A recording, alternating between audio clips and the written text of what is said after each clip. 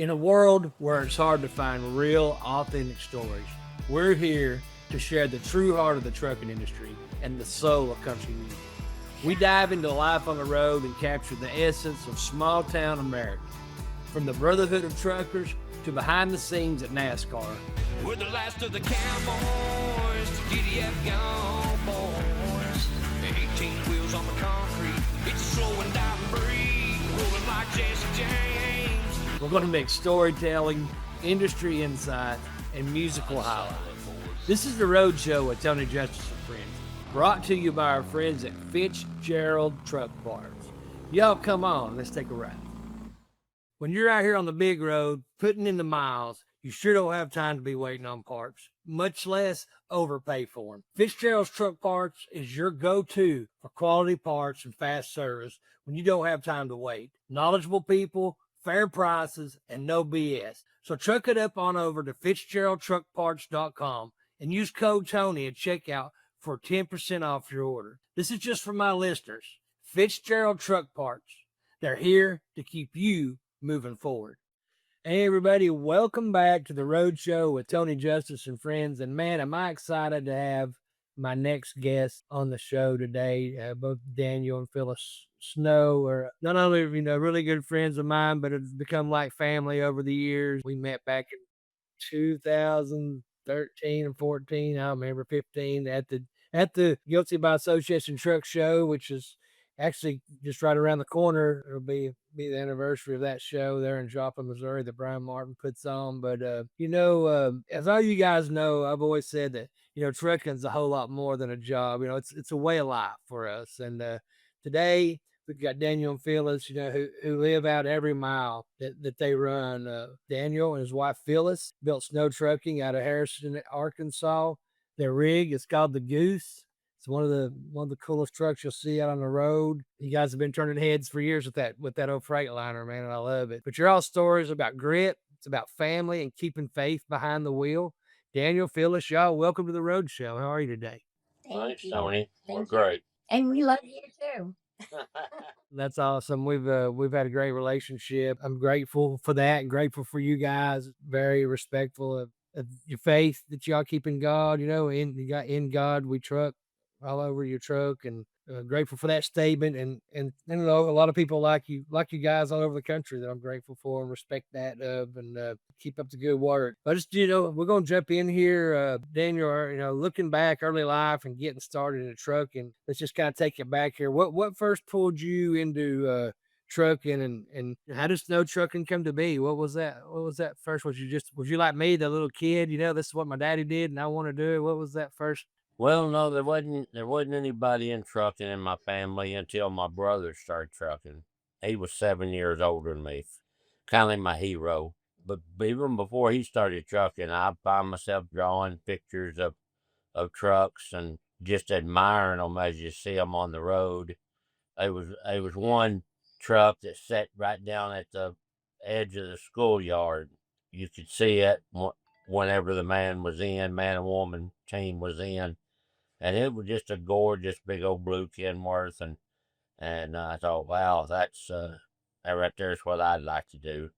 But then my brother started trucking when I was I don't know what the age. He was barely 21, and then I started running with him in the summer and breaks when I was 15. So we spent a lot of miles together. He was just an old outlaw trucker. If the legal way was easier and smarter and safer, he still done it the other way just so he's been outlaw. and that's kind of the way I started, and I went with him every chance I got, And back then you didn't have to have CDLs. No, I had when I turned 16, I got a chauffeur's license. I probably drove more than he did, really. I didn't get paid very well, but I lumped the trailers. I loaded and unloaded. We hauled bananas north and Iowa beef south. So we would meet the banana boats coming in, pick up a container. It was right about the time the 40-foot trailers come out. And we had a 160-inch wheelbase tractor, a 77 cab over Freightliner. So a 160-inch wheelbase tractor, 40-foot trailer. We thought we was the king of the road now. I mean, we were sure all the women loved us. You still do, don't you? Yeah. But that was my start, and then Phyllis got her start in just wanting to be with me. So I guess she regrets that now, but No, didn't change anything. He taught me to drive. Back in those days, you could do that, but I think he teach me more than if I went to school because he was really cookie. I was rough on her because we had this deal. We said, okay, if you're driving, I'm not your husband. I'm your trainer. And as soon as you get out from behind the wheel, I can go back to being your husband again. And several times she'd start crying. I said, well, what's wrong now? She said, well, you don't love me anymore. You scolded me. I said, I told you, I'm your trainer when you're behind that wheel because I wanted her to learn to do it right. And that's what I expect out of these people nowadays. And it's not there. They're not doing it right. And snow trucking started we had a farm. Yeah, the farm was called Snow Paradise Farms. We named it that. Well, I named it that before Phyllis come along. And to be, careful with the legal systems, we didn't want the trucking called the same as the ranching operation. So the ranching operation was Snow Paradise Farms, and the trucking operation was Snow Farms. And we changed just snow trucking after we quit hauling cattle. We had 10 bull racks and a couple of step decks and a grain trailer. We would haul equipment and hay when the cattle was slow, but our bread and butter was the cattle. And then we had the farm too. So we had how many head? Yeah, we ran about 1,000 head of cattle most of the year. And that was me and him. And, nobody else.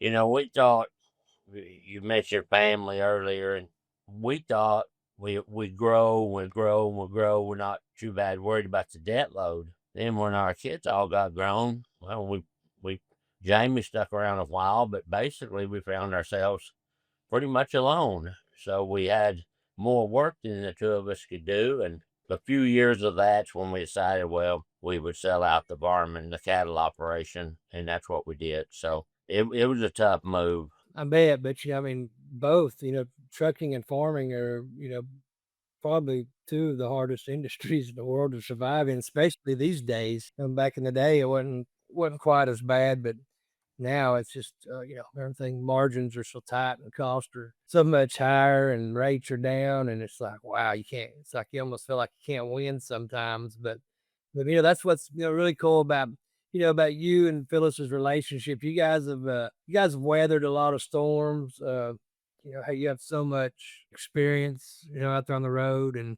things you can share with people coming into the industry and all that. I mean, you guys run this thing together. That's not a small feat. What's it like sharing this journey, as a husband and wife and a team? I mean, it's reminds me a lot of Misty and myself. We run the little record, independent record label here, publishing. We handle everything from the cleaning the trailers to all the merchandise, doing all the inventory, loading and unloading, the packing and unpacking from show to show, and then we have our everyday life, our family and our kids, and all those good times that come with that, but also all the obstacles and trying to keep that wall up between married, husband and wife and business partners. We've struggled with that from time to time. How have you guys managed to be successful with that and keep things positive and on the up and up? If we keep everything very close, if we discuss everything, the simplest way to put it, we turn all the attention to God.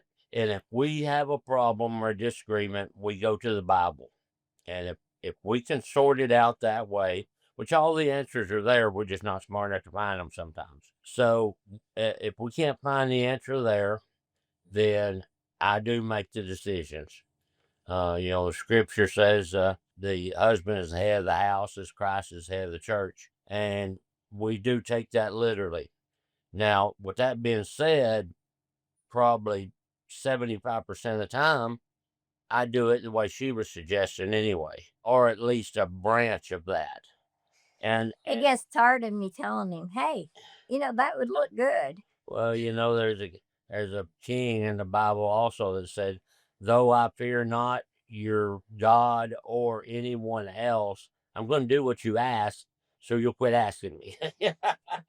But most of it's not an issue anymore. Now, the first year or two with the kids, different story. That was a very tough time for us, but we both knew what we wanted out of life. We as we made it through year after year after year, the decisions and stuff became, I don't know if simpler is a better word or a good word, but it became more of a routine for us to just automatically say, okay, what does the scripture say about this? Can we do this? Can we not? How do we finish raising these crazy kids? I thank God every day. One, we don't have no drivers anymore. We sold all our other trucks. And two, our kids are grown. So we had about all that we could stand. So we've been on a 21-year honeymoon. When the youngest one got out of school, got doing his own thing. Phyllis was a manager with Walmart, and she decided she wanted to become a trucker, which is a long story. She wanted to bad enough that it was so far removed from anything that she had done in her life, just like when we said we was going to get married. She was real cityfied. No dating service in this world would have ever put the two of us together, because we really, the only things that we had in common was loving God and having a desire for a mate that would be fair and honest and true to us. And when we determined that we had those things, then we just dated 3 months and got married. So people get kind of frustrated sometimes when I tell them, I say, you don't know somebody in 3 months. You don't know somebody in 3 years. It takes a lot of time to really know them. It's the dedication to it that will either make it or break it. Because if one or the other does not have the dedication, it's not going to work. It's just, there's too much to tear you apart. With 5 children, oh my goodness, there was obstacles all the time. Brady Bunch. It was like the Brady Bunch on steroids, and it was like it was an evil version. We get off work and from town, and we drive home, and we're so happy, and we think, oh my gosh, what's wrong with the house? Because they threw brooms through the wall. I mean, just they fought all the time. But I could take them, all 5 of them, I would take trucking with me, because Phyllis worked, she was a manager with Walmart. She worked so many hours, and I didn't want the kids just to be there by themselves. So before we met, I had hauled my 2 around, and since they were born, I would just take all 5 of them with me. And I did not have, maybe because they was in reach of me slapping them inside the head, I'm not sure about that, but I didn't have much trouble with them on the road. It's when you left them at home by themselves while we had to do something else. But I would take them. I look like an old mother duck and a bunch of little ducklings. And you don't find that in men nowadays. I mean, they're few, and I look up to him because I think, what has he done for me? And then I put him first on my thinking. Like, he needs water. He needs this. I hardly ever have to ask for anything. Say, oh, you need a water, you need a Pepsi, you need a cup of coffee. That is what. Well, that's the generational, the way, my mom was like that with dad. I remember, dad coming home from driving all kinds of crazy hours, hauling coal from daylight to dark, 7 days a week or 6 days a week. And when he was at home, it's because something broke on the truck and he's bringing in there long enough to fix it. He was either in the truck or out of the truck. But, when he did come home, he didn't have to do nothing, to the point where he would sit down in a recliner. She'd take his boots off. The bath water was run. The towels were laid out. The dinner was ready. He's my kind of man. Yeah. Yeah. I mean, all the household stuff was done. I mean, she made sure us kids mowed the yard, and it was, kept upright. So it was, I remember my sister, well, my brother's wives and my wife, even at the time, they would just shake their head like, I'll never do that. And mom would be like, well, that's the way you're supposed to treat your husband, this and that and the other. And they kind of butt heads onto that from time to time. They didn't agree with that, but it's funny to watch, the generation, how things change, and now we live in a total different world where, it takes both the man and the wife these days working, it seems like. And I understand where some more things have to be shared and both people pitch in and help. A lot of things have changed since the day that my mom and dad were married and their mom and dad. So it's yeah, it can cause some conflict from time to time, but it all works out. It all works out in the end. But It definitely changed, that's for sure. yeah, but it's cool. I mean, it's cool though. I mean, to me, that was. I remember mom being that way. My dad, it just, and Misty's great. With me, she does a lot of stuff, but it's not that level. But then again, that's all mom did. Dad worked and provided. Mom was at home. She was the housewife, the mama, and she took care of all things in the house, and that's just the way it worked. And it's a lot of things have changed since then, though. That's for sure. And but anyway, that was a pretty cool time in history. Looking back, that brings back some good memories. So thank y'all for sharing it with me. We really do appreciate it.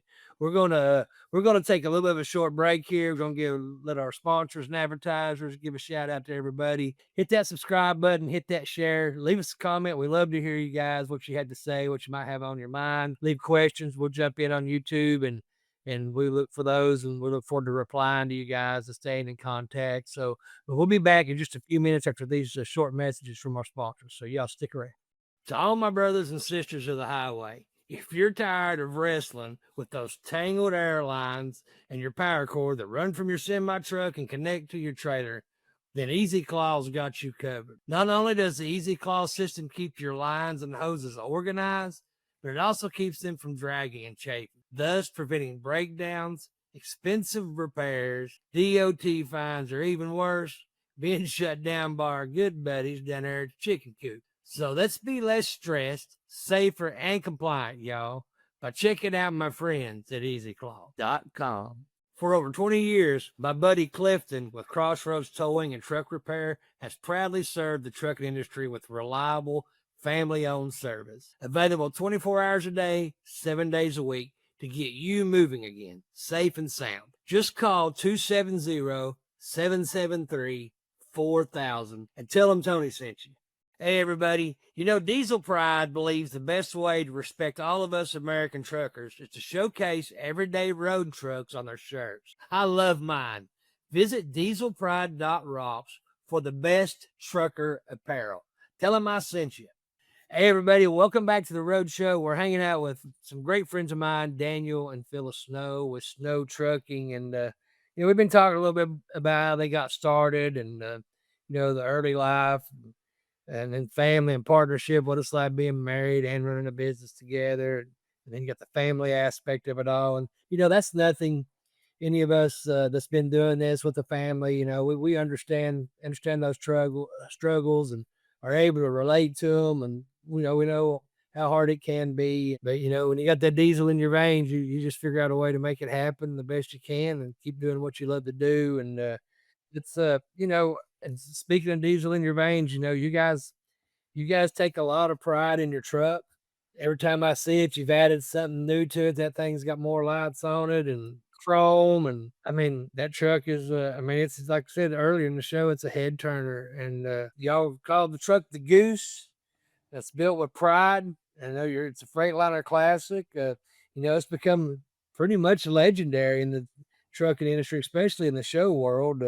Tell us how that truck came to life. I mean, what was it like when you got it? How many hours do you think you have working on that thing? And Lord forbid, do I even want to know the money that you spent on it? Yeah, we get depressed if we knew the money, but we bought the truck in 2005. It's a 1996 Freightliner Classic XL. It was bone stock. It did not have an extra piece of chrome, stainless, light, nothing on it, just bone stock. So, but we sought out that style of truck for a couple of reasons. We was driving a 95 FLD 120 with a condo sleeper, but between the cab and a condo sleeper, there's no barrier. It's just a curtain. Phyllis done all of our banking and billing and all that stuff from the sleeper, but I would get to singing or On the it radio. didn't sound like you. or the radio. But I couldn't stand my own singing. I turned the radio on, and I was always talking on the CB to somebody. But the noise I made bothered her, so we decided, okay, we was going to add on another truck or two anyway. I said, let's find us a removable sleeper Freightliner that I really wanted to stay with Freightliner. That's what I started in. And I always kind of like being the underdog. I didn't mind to work a little harder than the next guy, but we wanted to we had dreams of making a Freightliner that could show with about anything out there and do its share of winning. So we found this old truck in Kansas City. It's a one owner, been bought new in Virginia. But it was, like I say, it was absolutely bone stock. So we took that, and that was in 2005. We started just doing a little bit as we could. We were still ranching pretty heavy then, and we put stacks on it, and a visor, and a bumper. And with those three things, you can really change the looks of a truck. That's kind of the core of it to me. And they're really hard to install.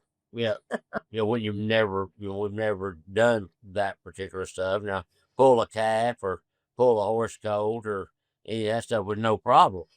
But we didn't know how to put on a set of stacks or a bumper wasn't bad. But anyway, we had to make up our mind that we can't afford to have somebody else do this. So if we're going to have it, we're going to learn to do it ourselves. And that's what we did. We kind of muddled through a lot of it. It didn't turn out very well. But about the third or fourth time we done it, it would either get to looking better or we're sick of it enough to say, hey, I love it like that. But and we have this joke between us now whatever we're doing, we're like, well, okay, well, we got to mess this up just a little bit because we don't want nobody to try to hire us to do it. So we'll mess it up a little bit. But it actually, if you don't love doing this kind of stuff, don't try to do it because it's too hard to do. I was complaining about some lights not working while I go on Phyllis, and well, we love the lights, so we get off of this what we'll be right back out there and get just broke wire here and a broke wire there. You know how it is. It's always something. Yeah, there's another trucker out there that had chicken lights on their truck that doesn't understand that headache. If you got them, you got to keep them burning. So you must well keep your wiring toolkit handy. Handy, very handy. That's right. So we only had the truck 3 or 4 months when we were just kind of looking around, thinking about a good name for it. And I was checking some cattle one afternoon, and I was sitting up on this ridge. I was actually waiting on a cow to have a calf, just make sure she was okay. And I was watching, we call them ponds in our area. Some places call them tanks. Some, there's lots of names for them, but a pond just down below me, and there's this old goose out there on it. And boy, he was just cutting him a rug. He was flipping and flopping around and just, I guess he didn't know anybody was watching him, so he's practicing his strut and stuff. So, But back then nobody had named their trucks. Really. Yeah, there was very few names. Now everybody has a name on their truck because that takes pride in your trucking. So we when I got back to the office, I told Phyllis, I said, well, I'll come up with a name for the truck. She said, what is it? And I said, the Goose. And she said, I like it. Because she had said, I don't like it, it wouldn't be the Goose today, I'm sure. Well, I mean, I think every driver out there wants, they put so much into their truck, time, money, love, sweat, and tears, that they want it to have its own identity, and then name their trucks, and after different things. Some of them, maybe after a relative that passed away, or it's just meaning to every name of a truck that's out there. And now it's like you said, Phyllis, it's just common that most anybody that has a truck, they have some kind of name for it that means something to them. But a lot of people ask, asked me, "Where did you get the name Purgatory for, for my truck?" And I was, when I was thinking of something to call it, I just kind of had a flashback of watching an old Western with my dad named Purgatory that were about these four outlaws that died and they go to Purgatory. And Purgatory in this movie was a Western city, a Western town. I've seen that movie. Yeah. And there were four other guys that died and go to Purgatory. They were outlaws and they didn't care if they went to heaven or hell. They're just taking advantage of everybody in that town. They're robbing them and stealing them. And these original four outlaws that went there were like, man, we don't want to kill nobody. We don't, we want to go to heaven. We don't want to do nothing wrong while we're here. But they finally just had enough of watching those other guys take advantage of all the innocent people. And they go out and they kill them. And turns out that was their test to make it to heaven. And it was just an old Western and it stuck in my mind. And it's called Purgatory. I'm like, man, what a great name for a truck. And then, Purgatory is a little bit like trucking. Some days it's somewhere between heaven and hell. Some days it's like heaven out there on the road. Some days it's pure hell. A song like that too, ain't they? You may have to add that old Waylon Jennings and Jesse Coulter. Sometimes it's heaven, sometimes it's hell, sometimes we don't even know. So Sometimes we ain't even sure what the heck it is, right? But we got about another 9.5 minutes for this segment right here, and I really want to dive into something that we both share mutually, and that's our faith. You guys don't hold back when it comes to demonstrating your faith in God. You're not ashamed of it. You take just as much pride in that as you do, if not more, probably than your truck. So what's it like, for you guys? You carry the title, as ambassadors for Christ, and the "In God We Truck" is written on your truck and your trailer. Can you share what that means to you and how faith shapes your time out there on the highway? we come up with the name, the In God We Trust, as a title for our mission work. That's kind of what we're back to, naming things, and we don't intend for that to take away from the scriptures, but we just enjoy that title. We carry a few extra tools and a few extra parts, and if someone owns their truck, part of our mission work is to help others. So of course we'll help anybody, but we focus on helping truckers. Now we're not out there looking for the job. So if somebody just don't want to do anything themselves, then we'll just suggest they go to a shop somewhere. But if they're willing to try themselves and try to help themselves, then we're sure willing to try to help them. As the In God We Trust, as it kind of came to life, for lack of a better statement to it, because the Spirit of Jesus and the God the Father, they are alive. So when it comes to life, they come to light. They brighten up. You can get them closer to you, and wherever He's at's wherever you left it. I like this saying he says all the time. He said he'll quote the Bible to them and tell them where it's at in the scripture, and that they'll say, "Oh, I don't do that." And Daniel says, "Well, I didn't write the book. God did." And that's what you're supposed to do is follow God. They want to get mad at us about something in there. We don't know. We didn't write it. And we just, it's our job to follow it.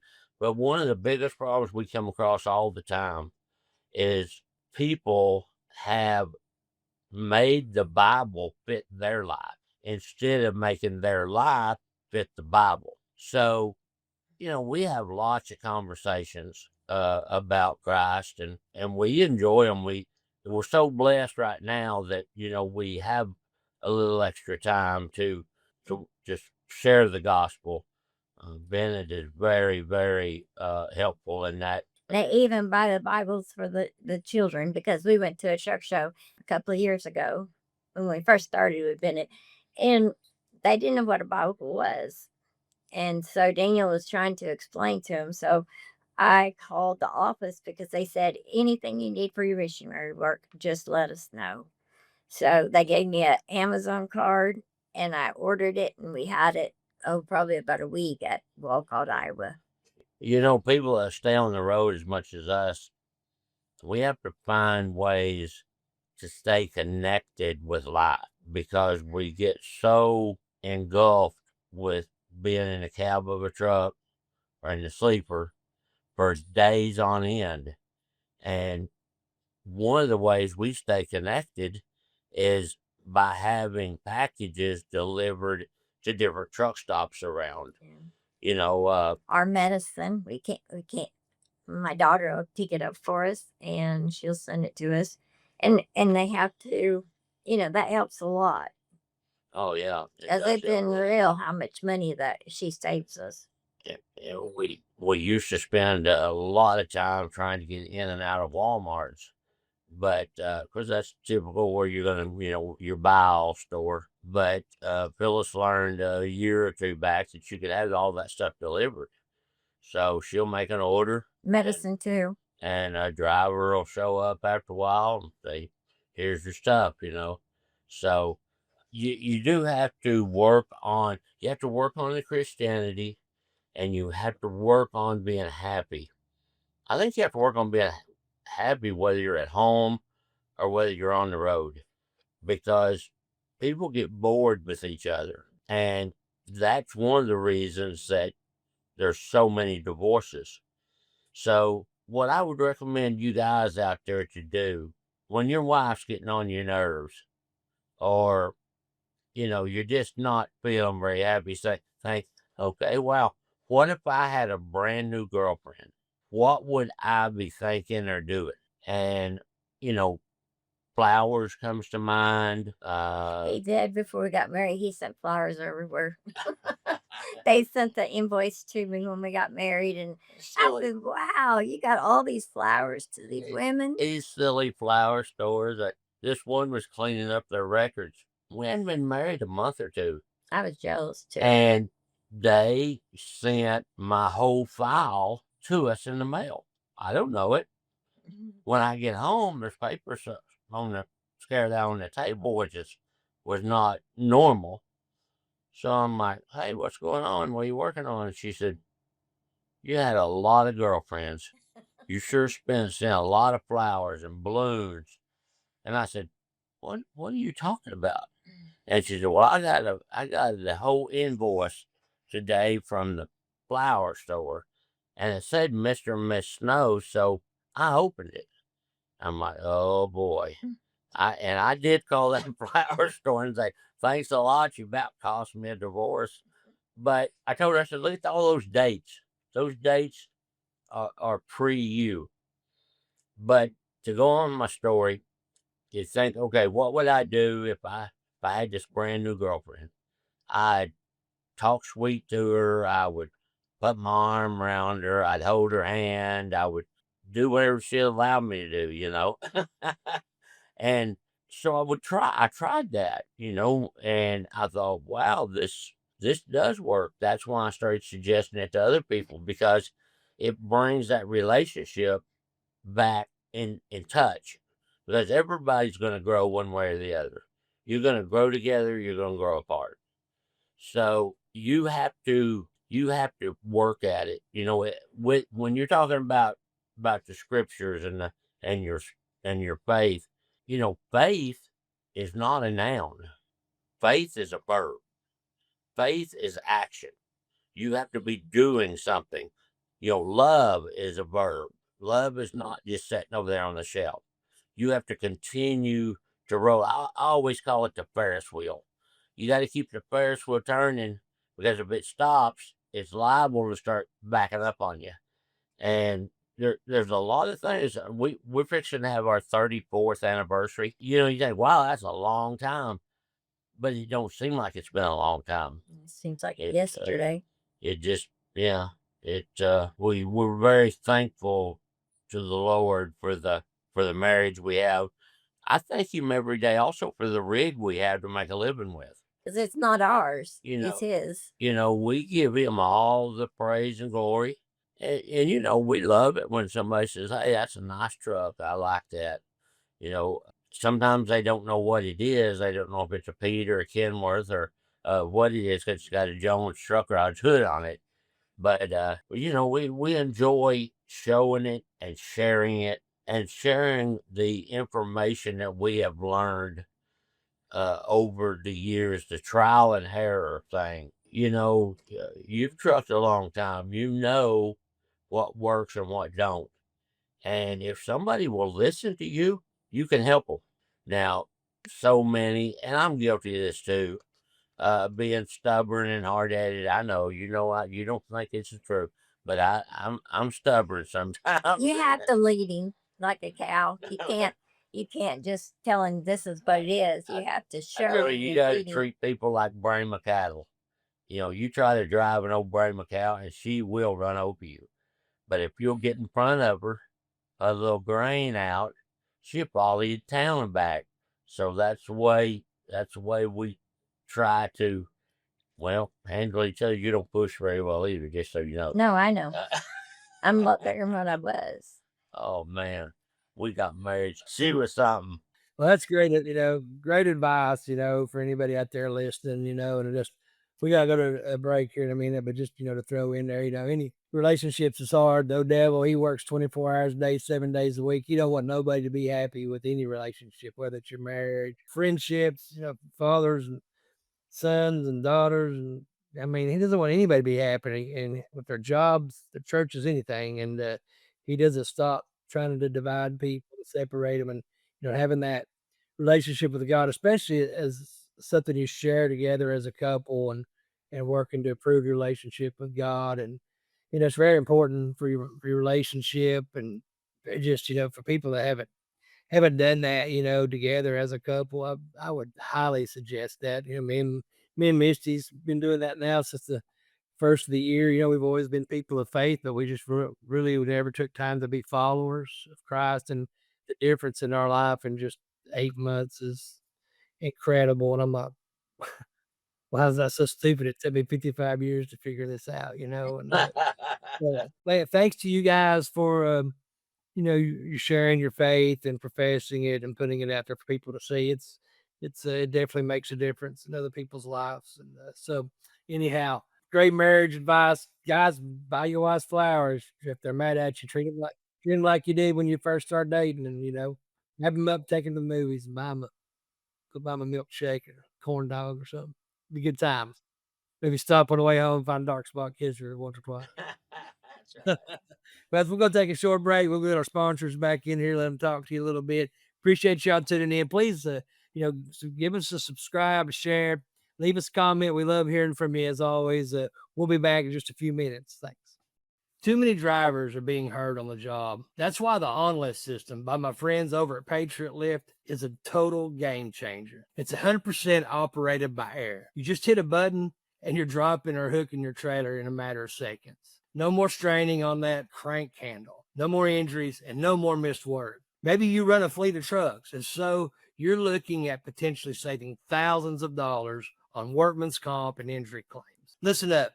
Right now, you can get your OnLift system by Patriot Lift for $900 off the regular price by using discount code TJ2025. Take care of your body and your rig and get yourself an OnLift by Patriot Lift. And hey, it's made right here in the good old USA. My good friend Jay and his team at Pride Truck Wash know that truck drivers are the heartbeat of America and its economy. At Pride Truck Wash, their mission is to help those hardworking people do their job in a clean truck. Stop in at a Pride Truck Wash and experience the difference. To learn more, visit pridetruckwash.com. You guys know that I've trusted House products for years, and so should you. For me, it's Diesel Treat for winter, Diesel Lifeline for emergencies, their Diesel Defender for warm weather, and House Multi-Purpose for just about everything else. Visit House products today. As truckers, we drive more miles than anyone else on the highway. As a result, we're at a higher risk of being involved in an accident. If you've been hurt in a wreck, let my good friends at Terry Law Firm help. They know trucks and how to handle truck wreck cases. Reach out to the Terry Law Firm on the web at terry-lawfirm.com. Hey, everybody, welcome back to the Road Show with Tony Justice and friends. We can't tell you guys how much we appreciate you tuning in, how much fun we're having hanging out with our good friends, Daniel and Phyllis Snow and the Goose. I know that may look like a house they're sitting inside of, folks. That is inside. Is that the sleeper part or the trailer part? Trailer. Yeah, so they've got the huge sleeper on the back of the truck, which is like a house. And then the first half of their trailer, they turned into a living quarters as well. The thing, you feel like you're in a log cabin out in the middle of Alaska somewhere, sitting in there. It's very, very cool, very cool. We've been doing a lot of shows together, knowing each other a long time. When it comes to community and brotherhood, when you guys pull into a truck stop, or you're just parking, you're not just parking the truck, you're part of a bigger family, whether you're pulling in that truck stop or a truck show. Well, what does the trucking community mean to you? What do you value about it the most? Well, the trucking community means faith and freedom to worship and to live like we choose to. We ran independent for about 43 years. Everything you do, you have to decide yourself when you work independent. But the trucking industry, this whole country moves on a truck. So we're honored to be part of the trucking industry, to be truck drivers. Sometimes we hear people say, well, I wouldn't want my kids to be truck drivers. I'm like, why not? Because it's an honorable profession. If we could back up to the 70s, they made movies about us, you know, and now I don't know if there's enough people that care about what they do in this business to survive. Us older people, we're dying out, over the years, and at 55, you're gonna know what I'm talking about in another 10 years or so. So but it's a good way of life. It's a good profession. You can make a decent living if you choose. Your parents always told you, choose who your friends are very carefully, because you'll be known by the company you keep. Same in our adult lives with our jobs, especially with trucking. Choose the companies that you're associated with, and that's how you will be known. So that would be what we'd recommend on that. Yeah, one of the things I think is really cool about how family oriented the trucking is, and I'm not just talking about the generational father, son, grandson, which that's big too in this industry, but even I'm talking about just the direct family. While the guys, after their dad's a truck driver, their husband's a truck driver, you see so much of their family, their kids, and their wives or their spouses get involved in what they do. Not like if they were a doctor, you don't see the kids all getting involved in that, or a lawyer, or they work at a warehouse. You don't see. But I don't know if it's because of the truck shows or what it is, but the whole family will just love the fact a lot of times that that's what their dad or mom does to make a living for them. And I remember growing up, listening to all them trucking songs. I had the albums because there were songs about what my dad did, my hero, and we worked on the truck together. They brought the truck home. We work on the trucks together. Take he'd take me with me on trips. I took my kids with me on trips. And that's I never stopped and really thought about that until today, just how strong the family connection is to trucking. Like you talking earlier, Daniel, you loading up all five of your kids because you didn't want to leave them at home while everybody was going to work, and it's just I guess it's the things that this job allows that a lot of other jobs don't allow, that allow that family connection that you don't see. I don't see in maybe some of the offshore fishermen and things like that. Maybe you got it's one of the truckers, one of the very few industries that I don't know, just draws the whole family to it and to support it. So, not making any sense. Yeah. The one thought about that family deal, though, the blood is the people you're stuck with. The friends that you choose are become family to you because you choose them. So, we roam around the country, and really enjoy running across people that maybe we've seen them last week, maybe it's been 6 years. And there was a guy come up to us at Old Town, Rickdown, and he says, "Look, I have a picture of my daughter on my phone about 5 years ago." I'm like, "Wow, that's cool." I mean, they just. And he was tickled with the picture. She was standing right in front of the Goose, Mhm. and I said, "Wow, how's she doing?" He said, "Well, turn around and look. She's right behind you. She's dang near eye level with me." Yeah.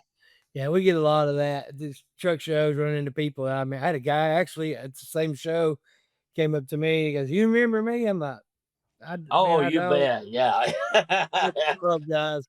You see, I took my picture with you at the Mid America Truck Show. And this guy's, young adult now. And in the picture, he was like 7. So he's like down here. Now he's up here, and I'm like, yeah, no, I don't remember you now, but it's good to see you. It's hard to remember all that thing.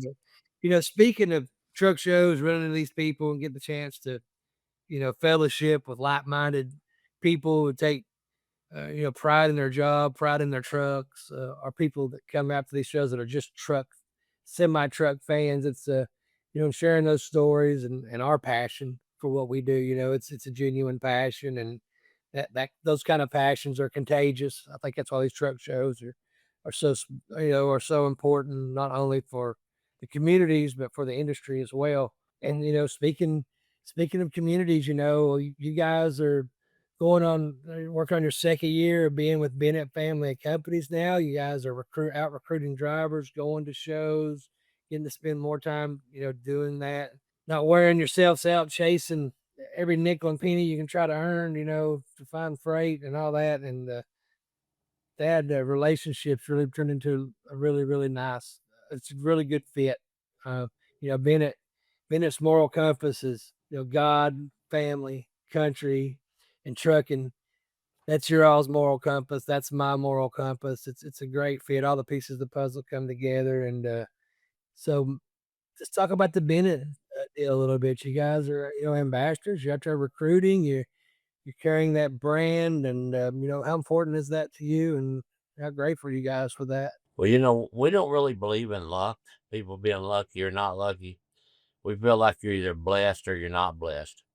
Well, thanks to you and Misty and Van Brown that put those plugs in for us to get us, noticed by Bennett, get us in, kind of in letting David Lowery know who we was.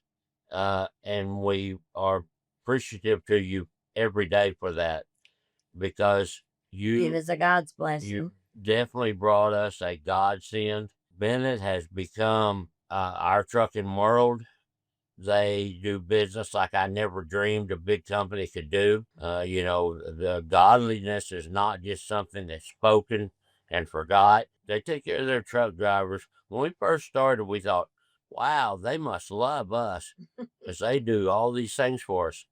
And come to find out, they love all their drivers. They do the same thing for them.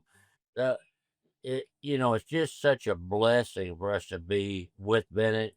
They allow us to be at these truck shows, being there where we can help you or support you, whatever we can do. And we haul some bull snot around, so if Van needs it. And I guess I didn't tell Van Brown. He's Mr. Bull Snot. Uh, but David Lowery and his brother Danny and their mother Miss Taylor, so you just can't find better people than them. They take time for the drivers. I mean, Miss Taylor's 80 some years old and she's still out there working.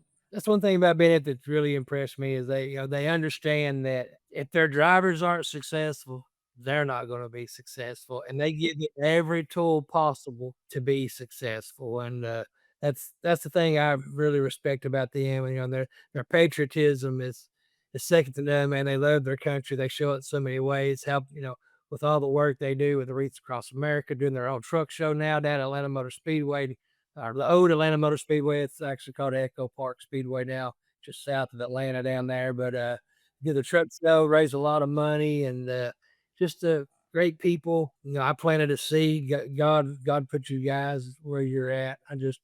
He used me to plant the seed, and I'm grateful that He used me to do that. We're happy, we're happy that you guys there and all worked out the way the good Lord wanted it to, or it wouldn't be happening. So Well, the fact about giving back can't be illustrated any better than last weekend. David had one of his ice cream mixers running, and if I remember right, I could be off a little bit, but if I remember right, he made 28 gallons of ice cream and gave it away. Now that wasn't scooped out of a box; that was homemade ice cream. That's that's giving back a lot. And, we want to invite everybody to our show in November. The Bennett second annual will be at the Echo Park. I have a terrible time remembering that name because I want to call it Atlanta, but at the Echo Park Speedway.